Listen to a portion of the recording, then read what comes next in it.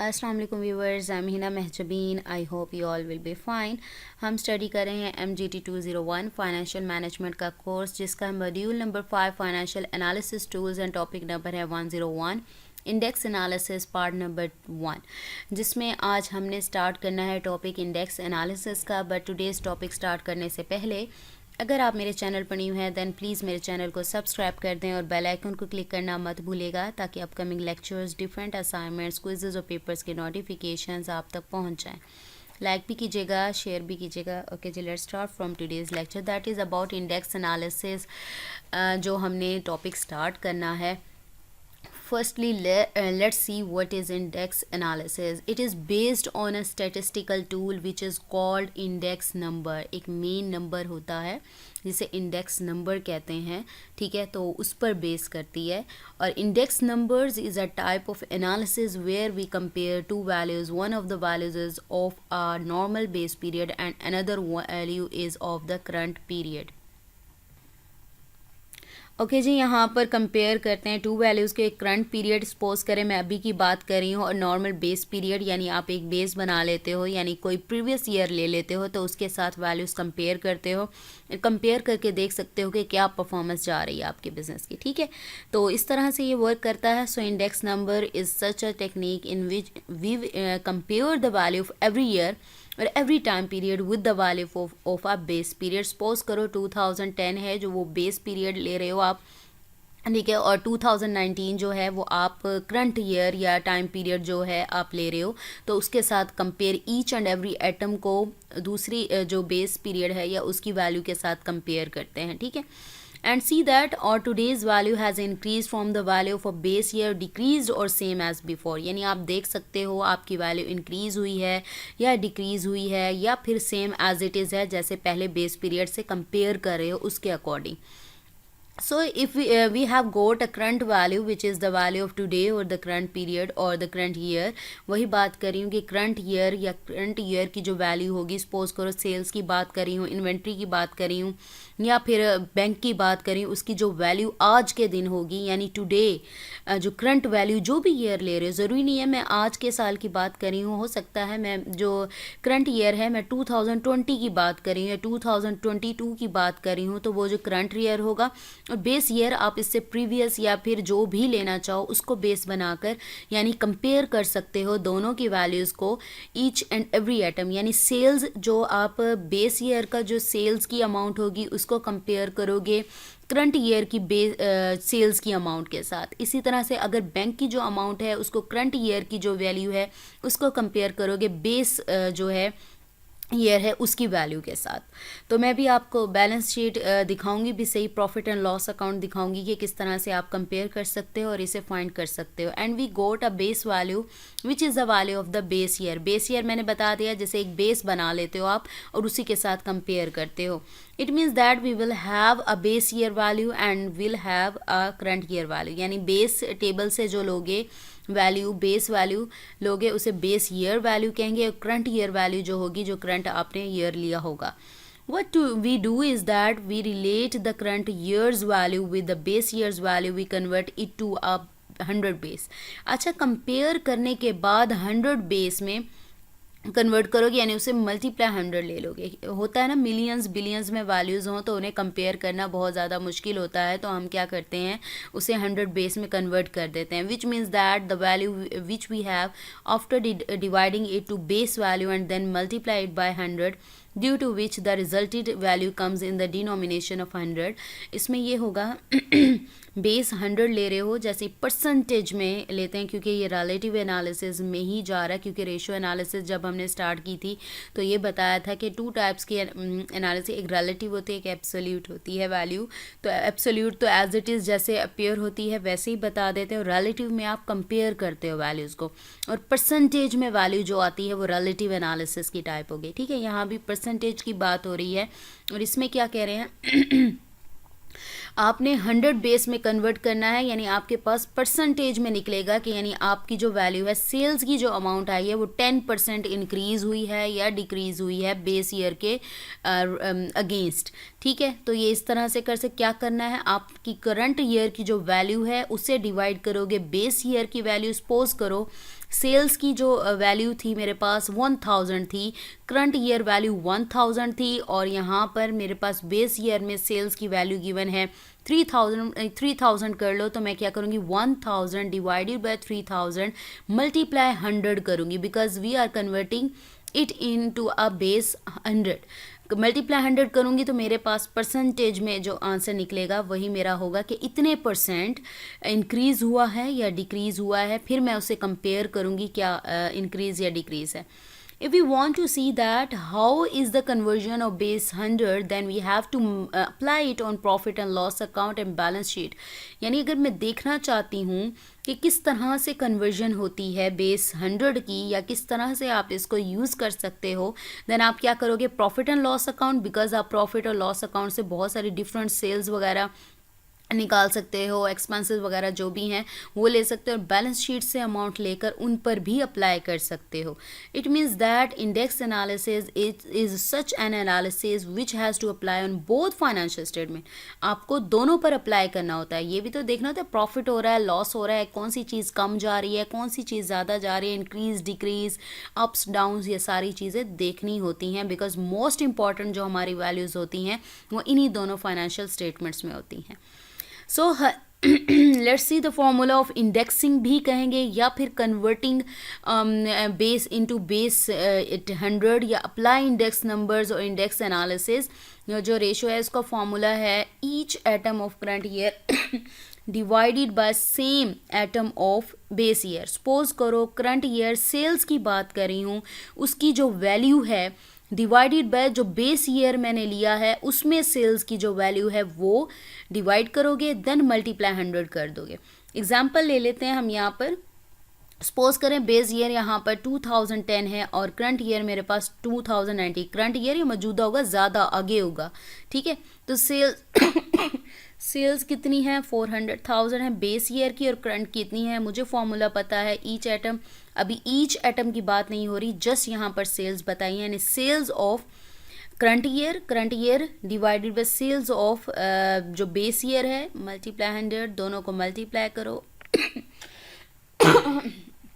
दोनों को मल्टीप्लाई कर डिवाइड करें, जो आंसर आएगा उसे मल्टीप्लाई 100 करें, answer will be 140, and this 140 shows that if the value base year was 100, यानी मैंने अगर बेस ईयर की मैं वैल्यू 100 लूँ। सपोज करो आपने जूनियर क्लासेस में अगर प्रॉफिट 6-7 की क्लास में भी मैथ्स देख लो ना, तो क्या करते थे, लेट अगर आपके पास परसेंटेज में कोई वैल्यू लेनी होती थी तो आप जस्ट इसको सपोज कर लेते थे कि वो 100 है, क्योंकि परसेंटेज की जब बात करते हैं तो 100% होता है टोटल, ठीक है। जैसे टोटल वैल्यू भी फाइंड करनी हो ना तो 100% फाइंड करते हैं, तो 100% जहाँ फाइंड करना होता था उसमें से उसको यूज़ करते थे। लेट करो कि ये एक्स है 100 है, या कॉस्ट प्राइस 100 है, या सेल प्राइस 100 है, तो उसमें से लेते थे। अब इसको देखें, अगर मैं बेस ईयर सपोज करो 100 लेती हूँ तो मेरे पास आया 140, तो मैं कह सकती हूँ 40% इंक्रीज़ आया है, क्योंकि मेरे पास बेस में पहले 100 था, मेरे पास आंसर क्या आया, करंट का क्या आया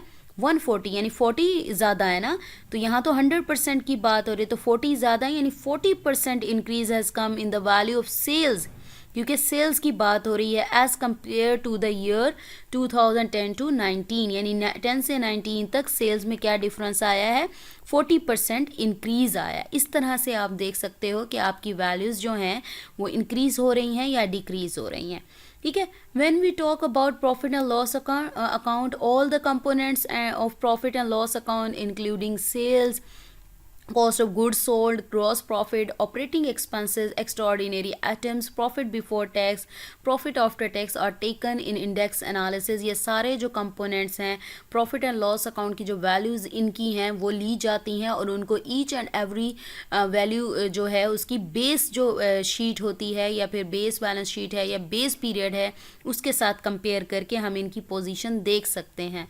The base period or the base year should be a normal period or normal year when we are calculating these index values, because if we will compare an abnormal or extraordinary say a year as base period, then maybe that year sales are extraordinarily more or maybe a great loss due to high cost, then as a result our whole values will become different as compared to now for normal base period। अब normal base period का क्या है, यानी एक consistency से चल रहा है, ये ना हो कोई ऐसा नहीं कंसिस्टेंसी से चल रही हो, हर चीज़ बैलेंस में चल रही हो, यानी ये ना हो कि किसी दिन सेल्स ज़्यादा हो गई हैं, लॉस में जा रहे हो, तो तब आप कंपैरिजन कर रहे हो। तो यहाँ पर जो वैल्यूज़ यहाँ पर मैं आपको दिखाने वाली हूँ टेबल, उसमें जो वैल्यूज़ आई हैं उससे डिफरेंट आएगा आंसर। चले मैं आपको दिखा रही हूँ यहाँ पर एक simple profit and loss account है जिस पर अभी कुछ नहीं किया, ये क्योंकि हमें पता है कि जो फर्स्ट प्रीवियस ईयर वाले देंगे वो बेस पीरियड होता है या बेस ईयर है, और जो आगे जो लास्ट वाला जो पीरियड दिया होगा वो होगा करंट ईयर, यानी ये बेस पीरियड कह लो या बेस ईयर कह लो इसे, या फिर ये करंट ईयर या करंट पीरियड कह लें इसे। अब देखें ये इतनी बड़ी बड़ी अमाउंट्स हैं, यानी मैं 165,000 है और 186,000 है, अगर मैं इससे कंपेयर करूं तो मेरे लिए मुश्किल होता है, कैलकुलेटर वगैरह यूज़ करूंगी तो कैलकुलेशंस वगैरह करके तब जाके मुझे पता चलेगा, ठीक है। लेकिन अगर मैं indexed profit and loss account को आपको दिखाती हूँ तो यहाँ देखें आपके पास क्या आ जाता है कि 112.73 मैंने यहाँ पर बेस बनाई है 100 को, बिकॉज़ मैंने अभी बात की थी क्योंकि बेस 100 की कन्वर्जन में बात कर रहे हैं, तो आप क्या करते हो तो 100 में से प्लस या माइनस हम देखते हैं कि ज़्यादा आया है या कम आया है। तो अब इसको कंपेयर करने के लिए आप इस तरह भी कर सकते हो। अब 100 किस तरह से आया है, हमने फॉर्मूला पढ़ा एनी वैल्यू, बेस जब वैल्यू फाइंड करनी है तो उसके लिए हमने फॉर्मूला पढ़ा था any value divided by base value multiply 100। अब एनी वैल्यू की जगह मैं बेस भी इसी को यानी बेस पीरियड ईयर के लिए ले रही हूँ, दिस वैल्यू डिवाइडेड बाय, अगर इसको अपनी ही वैल्यू से डिवाइड करूँगी तो मल्टीप्लाई 100 करती हूँ, देन मेरे पास आंसर 100 आता है। और ये रिमाइंडर है आप लोगों के लिए कि ये जो बेस पीरियड है उसको आप सेम 100 ही रखोगे, 100 नहीं रखोगे देन आप कैसे कह सकते हो कि मैं बेस 100 में कन्वर्ट कर रही हूँ, ठीक है। तो करने के बाद हमारा जो फॉर्मूला था करंट ईयर को डिवाइड करना था यहाँ पर करके देखते हैं, देखें करंट ईयर की वैल्यू जो है मेरे पास ये है 186 और 3 ज़ीरोज़ हैं, ठीक है। डिवाइड करना है वैल्यू, अब सेल्स की देखें, सेल्स की ही बात कर रही हूँ, सेल्स में ही पहले करंट ईयर की जो वैल्यू है सेल्स की उसे डिवाइड करना था, मैंने अभी आपको फॉर्मूला दिखाया, डिवाइड करना था बेस ईयर, यानी बेस ईयर ये है और सेल्स की लेनी है, ये नहीं कि इसकी वैल्यू को इसके साथ डिवाइड कर दो, नो, सेल्स की ही बेस वैल्यू से डिवाइड करना था, ठीक है। ऊपर मैंने दिखाया आपको फॉर्मूला। डिवाइड करने के बाद जो आंसर आएगा उसे मल्टीप्लाई करना है आपने 100, ठीक है। तो ये मेरे पास देखें 112.72 आंसर आता है, 112.72। अब मैं ऐसे इसको करने के बाद, सबको ऐसे करने के बाद आंसर निकाल लेती हूँ, यानी करंट ईयर की जो कॉस्ट ऑफ गुड्स सोल्ड हैं यहाँ पर 1 2 ज़ीरोज़ हैं, डिवाइड, अब इसका बेस ईयर की जो वैल्यू है वो है 94,123, ठीक है। ये है मल्टीप्लाई 100 करो इसे, तो आंसर देखते हैं क्या आता है, यहाँ आ रहा है 128.72, ये देख सकते हो आप, ठीक है। अब ये आपने निकाली वैल्यूज़, ठीक है, इंडेक्स्ड वैल्यूज़ निकाल ली। अब मुझे कंपेयर करना है, मैंने बेस ईयर की ली 100 क्योंकि मैंने 100 में निकाली है ना। अब इनको कंपेयर करें, यहाँ पर क्या डिफरेंस आ रहा है, पहले बेस ईयर में 100 था, वैल्यू इसकी 100 थी, अब 112.73 हो गई, मीन्स 100 में से अगर 112.73 में से माइनस 100 करूँ तो आंसर आता है 12.73, यानी 12.73 रुपीज़ या वैल्यू का इंक्रीज़ हुआ है 2019 में। इसी तरह से सिमिलरली अगर मैं इसको कंपेयर, यहाँ 100 है और 128.72 है, अगर दोनों को माइनस करती हूँ तो 28.72 ज़्यादा है ना, तो यहाँ जो करंट ईयर है इसमें इम्प्रूवमेंट आई है, यानी ज़्यादा सेल्स हुई हैं, ठीक है।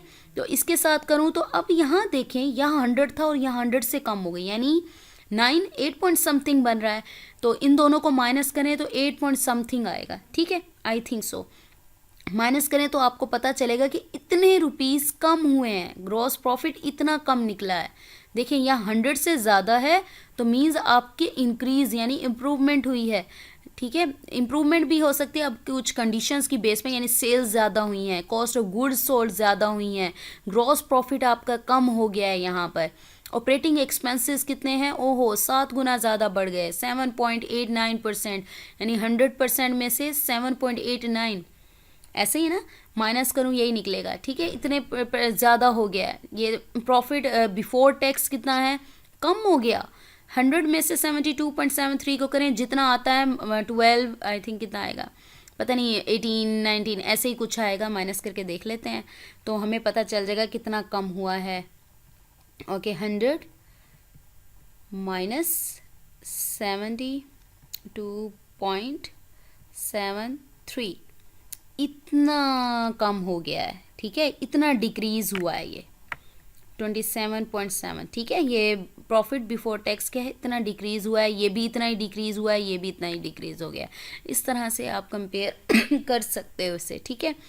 अब देखो, मिलियन बिलियन में वैल्यूज़ करने से पहले ही मुझे देख कर ही पता चल जाएगा, मुझे इतनी बड़ी बड़ी देखें, इसको देखूं मिलियन, अभी तो ये भी छोटी हैं वैल्यूज़, लेकिन मिलियन बिलियन में हो तो कितना ज़्यादा मुश्किल हो जाता है। तो आप इस तरह से इंडेक्स वैल्यूज़ निकाल कर, ठीक है, कन्वर्ट 100 की बेस में कन्वर्ट करके, देन उसको 100 की बेस लिख कर उसके साथ कंपेयर करके देख सकते हो कि आपको इजीली, ये देखो थोड़ा थोड़ा ही पता चल रहा है, डिफरेंस आ रहा है कि कितना कितना कम हुआ है, ठीक है, बजाय इसके कि आप बड़ी बड़ी वैल्यूज़ यूज़ करें मिलियन बिलियन में। So that is said that when we apply index analysis we actually use a base period which is a normal base period। मैं base period की बात कर रही थी, ये ना हो कि आपकी सेल्स वगैरह किसी ईयर में ज़्यादा हो रही हो, लॉस हो रहा हो, तो इस तरह का नहीं, कंसिस्टेंसी होनी चाहिए, यानी बैलेंस्ड हो, हर चीज़ ठीक जा रही हो, कंडीशंस ठीक जा रही हो। So by looking at the indexed values we can say very easily find out that what is the position in the current year as compared to the base year. आप बता सकते हो कितना इंक्रीज़ हुआ है, कितना डिक्रीज़ हुआ है, जैसे मैंने आपको बता दिया।